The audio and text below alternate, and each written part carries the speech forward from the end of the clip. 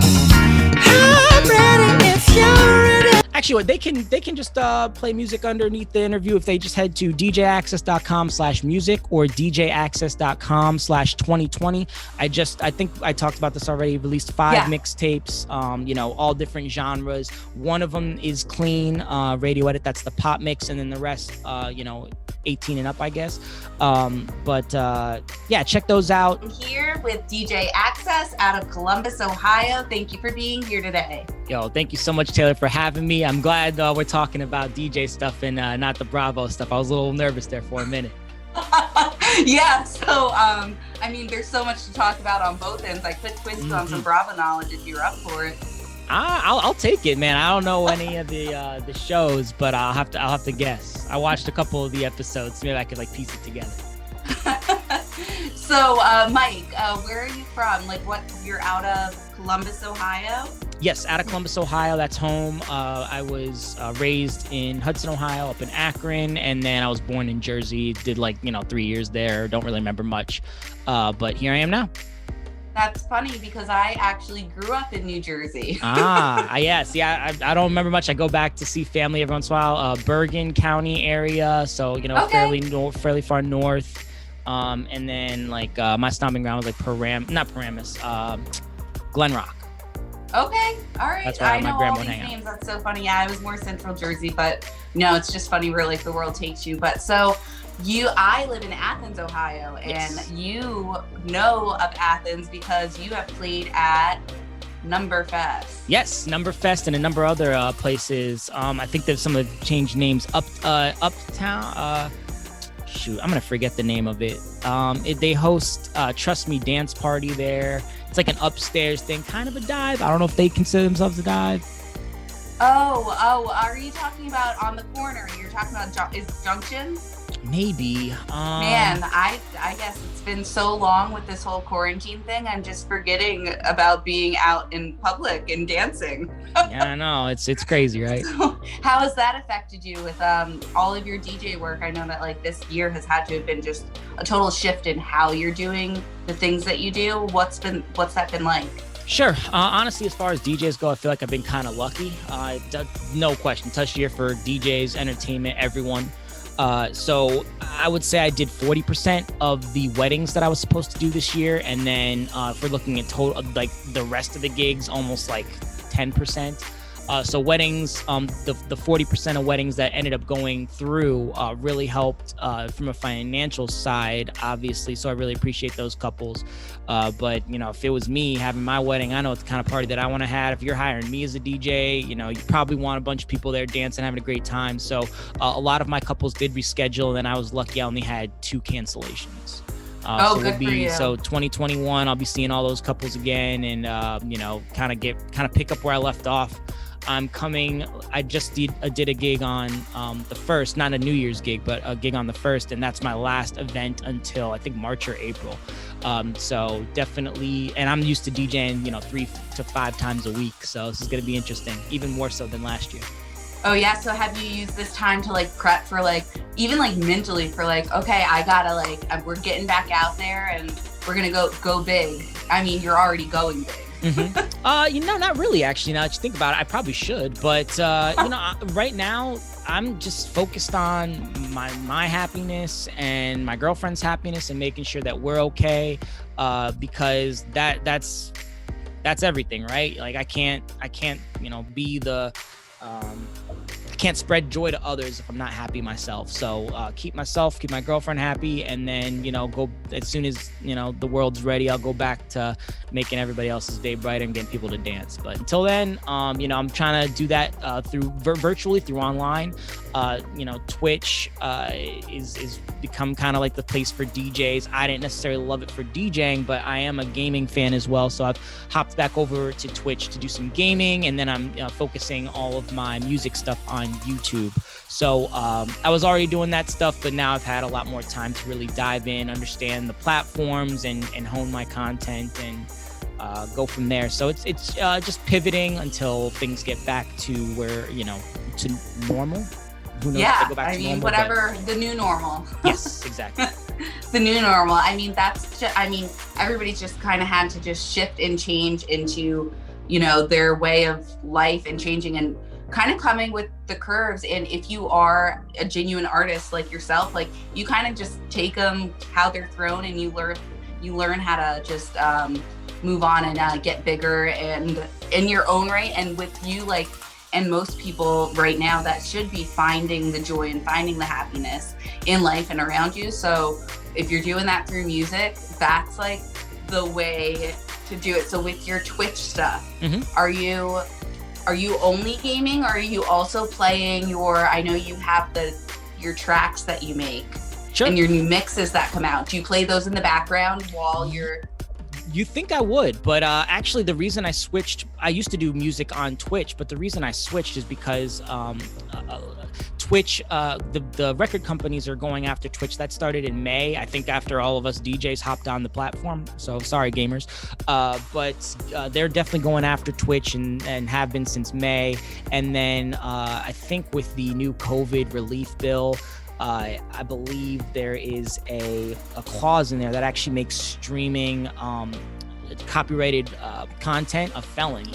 So that's that. Once I saw that go through, I'm like, all right, we need to get off of Twitch for streaming music. Right. And then I was already doing music I already had a pretty solid YouTube channel, and I was like, you know what, they do streaming too. I'll leave all my music stuff on YouTube. I don't want to leave Twitch. I had a pretty good following there.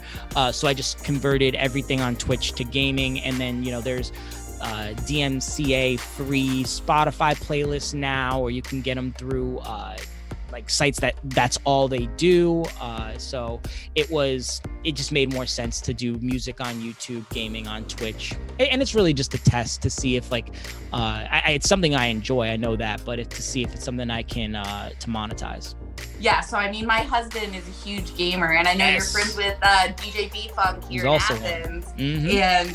And I know they've had a couple conversations about some video games before. So what's your favorite video game that you play on Twitch? Sure, I'm on Squadrons. I'm a huge Star Wars fan as well, and I mean, that's just two of my favorite things coming together. And on stream, we'll have Star Wars debates. That's kind of my niche, because I'm not the best at the game. I'm fairly good, but there's people who, kids out there who play the whole time. So I can't really compete with them as far as like, okay, watch me see how good I am. So what I try to do is use my Star Wars knowledge and nerdiness to kind of connect with people that way. So we have like Star Wars debates about, is the dark side really the dark side? Who's your favorite Jedi and all that? What's your lightsaber form? All the nerdiest of the nerdy things. I love that. So bringing it back, you grew up in Columbus, but how did you get your start in the music industry? Sure. Grew up in Akron area, and then came down to Columbus for Ohio State, and then never left. But that's where I got my start in the music industry. I was in a scholars program. We went to a party. I was doing my, I say breakdancing. This is like, wood tier, beginner breakdancing, but people thought it was cool at the party, probably because I was a little, tipsy or whatever. But girl came up to me and was like, hey, would you like to do that, and get paid? And I was like, dancing for work? Like, what is this? And she's like, no, we do bar mitzvahs and bar mitzvahs. I'm like, I'm not sure what that is, but if I'm going to get paid, I'm a college student, let's do it.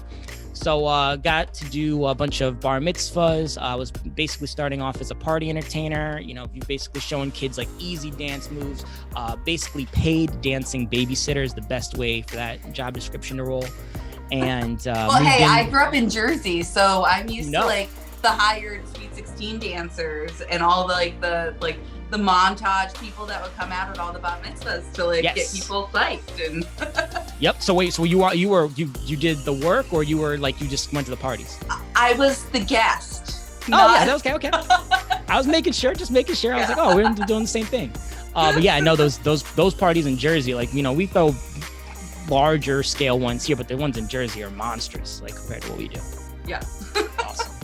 But that parlayed into DJing the bar mitzvahs. One day DJ didn't show up. I said I'd try it. Was terrible. Bought some gear so I could practice so the next time I wouldn't be terrible, and fell absolutely in love. Started doing frat parties to kind of, play some club music. And that parlayed into doing bars. The frats would rent out a bar. I'd DJ at the bar. The bar owner would say, hey, we like you. Can you come back XYZ? And then that led to corporate events, and while I was doing the bar mitzvah stuff, that led to high schools, and then the next kind of step is weddings.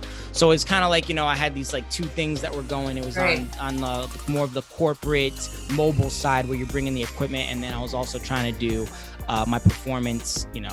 Hey, I want to go dance with my friends. Where do we go? Okay, cool. Go to DJ Axcess on this Friday nights. He has, it's a really good time. He does ladies night, whatever.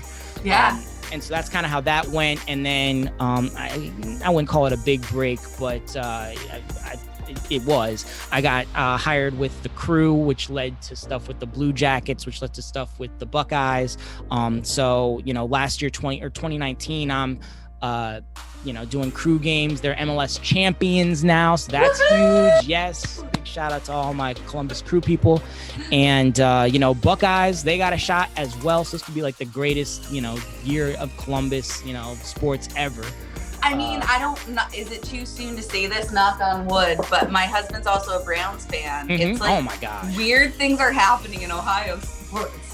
Yeah, had the Super Bowl been played in 2020, I'd be really, really nervous that like the Mayans or the Aztecs got it like maybe 8 years off. A little bit right. Yeah, they were like 8 years off, and like, oh, yeah, that's not too bad. But no, go Browns. I used to be a Browns fan. I since relinquished my fandom. I'm not coming back, but I will support all of my friends who stuck with it despite years of abysmal improvement. So, yeah, go Browns, go Bucks, go Crew, go Blue Jackets, all of it. I mean, that is so fun. So what is it like to play a game, like be the DJ during a game day in something as colossal and as like known across America as Ohio State University's football stadium? I mean, hello. Sure. For an ego side of thing, it's amazing. I'm not gonna lie. It's very cool to be able to say like I played football. I went to Ohio State, so there was I'm in love with the band, right? So one of the things that came with getting that job is there was when the article got announced that I'd be doing the thing, and they didn't announce who got name or anything, but they were like, oh man, they're gonna take all this time from the band. Oh, we don't want this DJ, blah blah blah.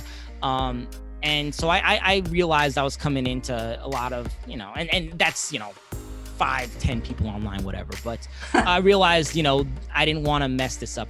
So I played a lot of what I would call like Ohio friendly music. When I was supposed to, the reason they brought in a DJ is because Ryan Day realized that a lot of his recruits were going to other stadiums and they had a DJ there, and that was adding to the ambience. If you're an 18-year-old kid coming to play football at Ohio State, you probably don't want to be hearing 60s marching band music. Right.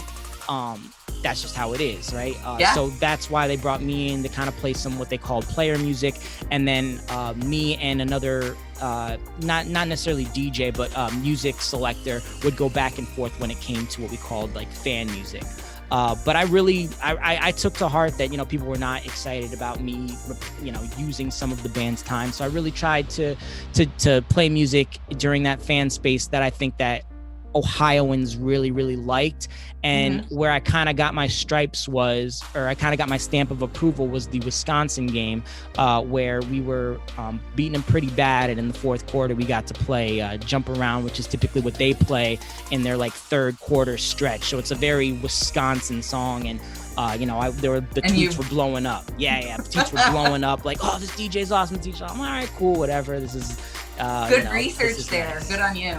Yes. Well, I mean, it's a pretty popular thing. Yeah. I didn't have to do too much research for that. I can't take credit, but it was that was an amazing moment. So from the ego side of things, it's great. From the DJ side of things, I love to see people dance. I love, one of the things I talk to my wedding clients about is, hey, put your dance floor as close to the DJ booth as possible. Why is that? Well, I have a better feel for what's going on the dance floor. I can see better. I can, I see people reacting, and then they see me reacting to them, and we kind of create a conversation and connect that way. People feel more comfortable, all that. When you're in this little corner and you're looking out at 105,000, 110,000 people, you're not getting that intimacy. Right. So it's very much more work once the excitement of the moment wears off, which is, for me, was about the midway through the second quarter. of my first game, and then it's very much just, you know, it's not very hard DJing, but you can't mess it up. So luckily I didn't mess it up too much this year or last year. And then once fans come back, I really hope to be back in the stadium as well. But, you know, if they don't bring me back for whatever reason, I understand. It's probably has more to do with finances than anything else. Yeah, I mean, regardless, you've been in the box, and that's like, that's really, really super fun and super cool. So do you have anything, I know you said that you're doing online stuff. Mm-hmm. Does that mean, are you just, I've seen this, some people will go on and just be like, Friday night, I'm doing it from my Facebook. Are you doing any sort of thing that Sure. people can hop on and see you ever? Or how would they find you? Yeah, absolutely. You just search DJ Axcess Music, AXCESS, on anything. And I'm sure, and if you're watching on YouTube, there's going to be a link in the description. Check that out. But yeah, it's the best way to find me, connect with me. Instagram's kind of where, I mean, that's like the professional side of me. My website's the professional side of me. If you want the more real side of me and you want to hear my opinions on politics and nerdy stuff, you know, go to Twitter or whatever. And then if you want to learn how to DJ, shoot over to my YouTube page. I host the Columbus DJ podcast along with DJ Corrupt. We have guests. I'm assuming we probably run it very similar to what you do, Taylor. And if you like games or Star Wars, find me on Twitch. But, you know, like I said, hit me up on Instagram, be like, hey, where are you DJing next? When are you streaming online next? And I will be sure to let you know. You can go to djaccess.com/events and catch my schedule there. I'm not hard to find. I'm really easy to communicate with me. So let's conversate. Absolutely. Well, thank you so much for being here. And before I let you go, mm-hmm. I do want to I'm thinking of them right now, but we're going to do a couple quick spitfire questions on you. Let's do it. How much time do I got? We got the clock? No, I'm kidding. Oh, I'm like, I don't know. I need a couple seconds to think of the questions I'm going to ask you. Oh, okay. That's fine. Yeah. Take your time. Okay. So your hype song, what would your hype song be? You're like your walkout song. All right. First one that comes to mind is it's so cliche. Jock Jams. Let's get ready to rumble. I have so many remixes. Yeah, pump the jit. Yeah.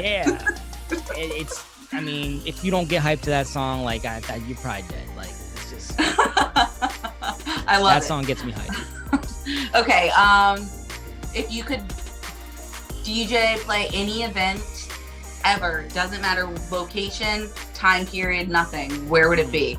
And it could be a time period that didn't even have DJs. You're putting yourself into this event as the DJ. Sure. I don't typically like to go back in time, but I would say just anything where it's a party for DJs, because I DJ parties for and I'm not saying this in a bad way, but it's fact. It's lay people. There's people who understand DJing and people who don't. So lay people are awesome to DJ for, because you can show them stuff and no one's gonna go, oh, you know, he's using XYZ person's routine, or I've heard such and such do that mix, or he did that with with a little cheat button that he has. That doesn't happen. So it's very easy to DJ for lay people, and it's a lot of fun because they're just there to party. What if you're DJing for DJs? That's a little bit different. So I would want to maybe it's like a DJ convention. I'm not the headliner, but I'm like the guy who sets up the headliner. I think that would be cool, because I want to be able to play anything, right? I don't want to just have to play the hot bangers, which is what the headliner's kind of responsible for doing. If you're like the guy before or two guys before, you have a little bit more range to play low energy, medium energy, and then, you know, towards the end of your set, you bring it up high to kind of lead into whoever's next. So give me a party of all DJs where I'm opening for the headliner, and we're not on the beach, but we're overlooking the beach. There's a pool and then VIP tables and something above me where people can look down and see my hands. I think that would be it. All right. Hey, as long as I can get wherever this is located, I want an invite, and it'll manifest it, you know? Yep. Listen, it's gonna happen eventually. It's just a matter of which birthday it's gonna be. Cause I gotta, once I get the funds to to kind of put all this together. It's gonna happen, Taylor. You definitely got an invite, but you gotta bring the confessionals crew. We'll get you. Absolutely. You are way more organized than I am. I get that. I'll get there one day. That's probably the compliment I get the most, is that I'm extremely organized. But good on you, though. I'm like, what goes where and when? But that's the crazy thing when it comes to like my quote unquote. One day I'll stop saying this because this is an actual job. But like when it comes to my actual job of like my nannying, it's not like this. Like those kids have every assignment in on time. Everything is done. Lunches are packed. Everything is like, but like in my own, like, I'm like, ooh, this idea is here and here. And I feel like, but that could be part of your creative process though. Like, I mean, the content I watched was great. Like, thank you. You're doing anything right. Well, thanks. I think just with my own making sure it gets done, I just don't want it to domino effect to the point that I'm like the one chasing after the ball as it's rolling down the hill. There'll be moments of that once you blow up, that'll definitely happen. So you'll get used to it. Yeah. Well, thank you. Mm-hmm. I don't know. I'm so awkward. You're not, actually, because there was some interesting topics that you guys were covering where there were moments where it could have been awkward. And I feel like you and Michelle definitely held it together. Yeah. Did you see the Anastasia video? I have not. What happened? Oh God. So she's from, do you know the show? Do you know anything about Bravo TV? Like, have you watched any of the shows? Say the name of the show and I'll tell you. Below Deck? I saw the one chick's, Madison. Yeah. Oh yeah. So Madison. So everything I know about that show is from that video. Okay. But I watched the whole thing. Okay. You watched the whole thing? Yeah. I do my homework, girl. I'm coming prepared. Okay. So when we were talking to Anastasia, is her name? She was a chef on Below Deck. The whole premise of Below Deck, it's a reality show on Bravo. The TV crew follows the people that work on the yacht. Mm-hmm. So there's different rich people funneling in and out. So the storyline follows the people working on the boat, right? So we're just sitting there chatting with Anastasia, and it's supposed to be just about like Bravo stuff, and then it starts turning into like girl chat, and and she's living at home with her mom because of quarantine, so she moved back in with her mom, and she's talking about like it's hard to hang out at home with your mom being in the same house and all that stuff with toys and whatnot, and she pulls a toy out and we're talking and she shows it to us and we're just like, oh, whatever, like it's just stupid girl talk. Girl stuff. Her mom walks through the bedroom door. We forget that this thing is sitting on the desk right in front of her, and her mom's just like, Anastasia, and her mom's this like cute little Russian woman, of course, or Georgian, not Russian, but she's like Anastasia, what is that thing? And like it's just this whole, and I'm just like, I don't think I've ever laughed that hard in my life, but it's just like, this shit is real and you just don't know what you're gonna get. Now here's the real question. Did you cut it or did you leave it? Okay, so I left it. Yes. Gotta get it for anything for the content, baby. Well, no, at first I asked Anastasia because I would never ever in my life put anything out that's like gonna fuck with somebody. We're all humans and I'm just trying to spread good news. I'm not trying to like mess anyone's life or my own up. So I was like, Anastasia, and she was like, Taylor, if you don't put that out, I'm gonna be mad at you. Yeah. This needs to go viral. She knew the camera was rolling. She brought him out. Like, it's great. That's great. I mean, especially for reality TV. Her mom actually sent me Christmas cookies this year. Wow, that's all, man. That is awesome. Post video, so like, hey, it's all fine. It is what it is, right? We all have our things. Oh my gosh. So yeah, we'll just close her out here. And Mike Salone, is that how we say your last name? Yeah, absolutely. Yep, you got it. Okay. Mm-hmm. So Mike Salone, DJ Axcess out of Columbus, Ohio. Make sure you're checking out all of his pages. He's on Instagram. He has his own website. You just Google DJ Axcess, AXCESS, and it's going to be there. And check him out. He's got his mixes out. Thank you so much for being here. So appreciate it. I love everything you're doing. Keep it up. Oh man, I'm feeling like this time next year, I've at least 1,000 subscribers, monetized, the whole kit and caboodle. So thank you so much for having me on. I really appreciate it. And to everybody out there, be safe and take care of each other. Thank you so much. We'll talk to you soon, Mike. Bye. Bye. You're the